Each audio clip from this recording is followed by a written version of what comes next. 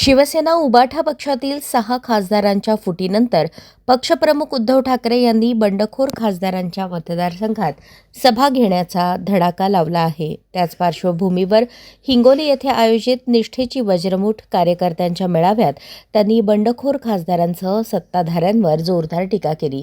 यावेळी ठाकरे यांनी पक्षातील फूट ही ऑपरेशन टायगर नसून ऑपरेशन देवेंद्र असल्याचा दावा करत राजकीय वर्तुळात खळबळ उडवली. मुख्यमंत्री देवेंद्र फडणवीस यांचे पंख छाटण्यासाठी आणि त्यांना भविष्यातील पंतप्रधान पदाच्या शर्यतीपासून दूर ठेवण्यासाठीच हे नियोजन करण्यात आल्याचा आरोप त्यांनी केला. तसेच उपमुख्यमंत्री एकनाथ शिंदे यांच्यावरही निशाणा साधत त्यांचे राजकीय भविष्य शून्य असल्याची टीका केली. बंडखोर खासदार भाजपमध्ये न जाता थेट शिंदे गटात का गेले असा सवाल उपस्थित करत ठाकरे यांनी बंडखोर खासदारांवर आणि सत्ताधाऱ्यांवर कडाडून हल्लाबोल केला.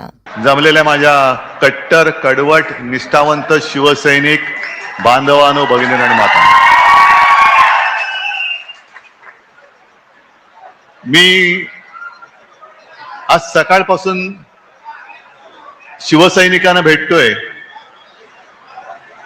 कारण अनेक जणांना असं वाटतंय तुम्ही खाली बसा ना, कॅमेरा ऑन ठेवा आणि तुम्ही खाली बसा.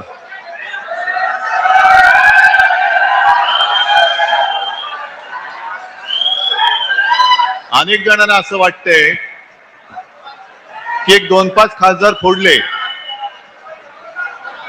25-30 खासदार आमदार फोडले म्हणजे शिवसेना संपली. त्यांना मुळामध्ये कळलेलंच नाही की शिवसेना म्हणजे कट्टर कडवट शिवसैनिक, निवडून आलेले लोकप्रतिनिधी हा वेगळा भाग आहे. म्हणजे आम्ही ज्यांना निवडून दिलं, ज्या लोकांनी त्यांना मोठं केलं, असे अनेक लोक ज्यांना या शिवसैनिकांनी मोठं केलं ते गेले, पण तरी शिवसेना काय संपत नाहीये आणि कोणी संपूच शकत नाहीये. नाहीतर तुम्हीच बघा, या हिंगोली मतदारसंघात लागोपाठ 2दा गद्दारी झाली. आधीचाही खासदार गेला, तो तर आता तोंडच दाखवू शकत नाही, चोरवाटेने आतमध्ये घ्यावं लागलं त्याला. कारण निवडणूक लढण्यासाठी लोकांसमोर जाणार कसं? कारण तोंडाला हळद नाही तर काळं लागलेलं आहे. तोंडाला काळी फासलेली माणसं लोकांसमोर जाऊ शकत नाहीत. म्हणून हिंगोली मधला खासदार तो पडून गेला, तो पडला. यवतमाळ वाशिम मधल्या आधीच्या होत्या त्या गेल्या, त्या तर उभं राहण्याचं धाडसच केलं नाही त्यांनी. ज्यांनी विशेषतः परभणी आणि हिंगोली, इतिहासच असा आहे की पहिल्यापासून कोणी कुठला इकडचा तिकडे गेला तरी इथला मतदार आणि शिवसैनिक हा कायम शिवसेनेसोबत राहिलेला आहे. गद्दारांसोबत.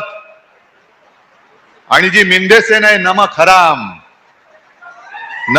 हा शब्द मी वापरतोय, कारण ज्यांनी त्यांच्यावरती उपकार केले ते तुम्ही सगळेजण, त्या उपकारांची जाणीव न ठेवता त्यांच्याशी दगाबाजी करणारे मेंढ्या सकट सगळे नमक हरामखोर आहेत. काय बाकी ठेवलं होतं? म्हणजे यांना आता संजय तुम्ही म्हणताय, पण कदाचित त्यांच्याकडे जास्त माहिती असेल, कारण 4 वर्षापूर्वी रेट आमदाराचा 50 खोके होता. यांचा किती असेल आता माहित नाही मला. म्हणजे स्वतः खोक्यासाठी खोक्यात गेलेले आहेत, त्यांनी आपल्याला धोका दिलेला आहे. तरी अनेक जण मला तेव्हा सांगत होते की उद्धवजी यायला देऊ नका, फुटलेला या फुटणार. म्हटलं नाही रे, असं कसं? आपला आमदार होता, कट्टर राहिलेला आहे, एवढी फाटाफूट झाली तरी सोबत आहे, नाही फुटायचा. तर नाही बघा साहेब, तुम्ही लिहून ठेवा, हाच फुटणार. आणि आता नुसता फुटलाच नाही, तर माझ्या कानावर आलं की यांनी गद्दारांचं नेतृत्व केलं. असा हा गद्दारांचा गद्दार. बरं, विश्वास ठेवायचा नाही कसा? मी यवतमाळ वाशिम मध्ये गेलो होतो, तिथल्या खासदारांनी काय सांगितलं होतं? जेव्हा मी 1-2 आठवड्यापूर्वी खासदारांची बैठक बोलवली होती घरी, तर 3 खासदार होते लोकसभेचे, आपले अनिल देसाई, अरविंद सावंत आणि आपले संजय राऊत. बाकीचे सगळे ऑनलाईन. हल्ली ती एक सोय झालेली आहे, व्हिडिओ कॉन्फरन्स. त्याच्यामध्ये यवतमाळचे खासदार होते, त्यांनी मला आदल्या दिवशी फोन केला मला म्हणाले उद्धवजी काय करू, म्हटलं काय करायचं, यायचंय ना, नाही म्हणे माझ्या मुलीला बघायला पाहुणे येणार आहेत, सोयरीक जुळवायचे, मग काय करू. आता असं कारण सांगलं, तुम्ही काय सांगाल, या म्हणून सांगाल, नाही सोयरीक सोडून द्या या. आता मला काय माहित, मुलीच्या ऐवजी ह्यांची सोयरीक जुळवत होते, ह्यांचा भाव ठरत होता किती खोके. आणि काय म्हणत होते, आम्ही सगळे साहेब तुमच्या सोबत आहोत. इथला तर एवढा आरामखोर, पोराला तिकीट घेतलं आणि मला सांगितलं साहेब याला अपक्ष उभा करतो. म्हटलं अपक्ष मग महाविकास आघाडी कशी मतं देणार. नाही साहेब आपलाच पोरगा आहे ना, कुठे जाणार. चला ठेवला विश्वास. बरं एवढं करून थांबला नाही, उद्या मतदान आहे. आदल्या दिवशी नालायक फोन करून मला सांगतो की उद्धवजी जरा या एक दोघांना तुम्ही फोन केलं तर आपल्याला मतं मिळतील. म्हटलं बरं ते पण केलं. आणि मग ज्योतिबाला विचारतोय, आपल्या इथल्या जिल्हा प्रमुखाला विचारतोय, साहेब कालपासून गायबच आहे. मग एवढा किती नालायक, किती खोटारडा की विश्वास म्हणजे कोणाचा अविश्वास कोणाला वाटू नये म्हणून स्वतःच फोन करून सांगायचं की साहेब मी आता इकडे आहे, मी इकडे चाललोय, पण जरा बघा ना उद्याच यांना मतदान मिळालं तर.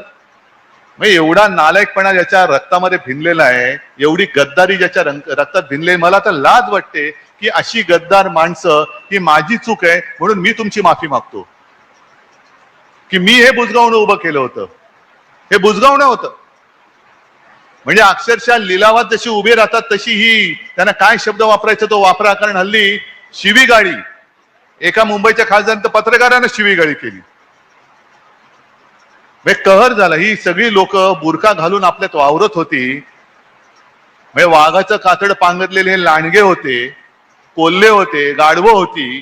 त्यांना आपण काय प्रेमाने डोक्यावरती घेतलं होतं, पण त्या लायकीची माणसं नाहीयेत, नव्हतीच. आणि जो परभणीचा इतिहास आहे, जो हिंगोलीचा इतिहास आहे, तोच मला परत तिकडे पाहिजे. जो जो गेला तो संपला, तो या राजकारणातून बाद झाला म्हणजे पूर्ण बादच झाला, त्याला बादच करून टाकायचा. आजपासून तुम्ही सगळे खासदार आहात आणि या हिंगोलीची जबाबदारी मी तुमच्यावर सोपवतोय. विकास निधी म्हणजे कसला, ती एक लगेच हल्ली काय झाले, ह्या मोबाईलवरनं एवढं काही जग जवळ पण आलंय आणि सगळ्यांच्या अडचणी पण वाढल्यात. नको ते वेळेला नको ते फोटो, नको ते रील सगळीकडे जातात. तसं यांचं एक रील फिरतंय, विमानात बसलेले आहेत.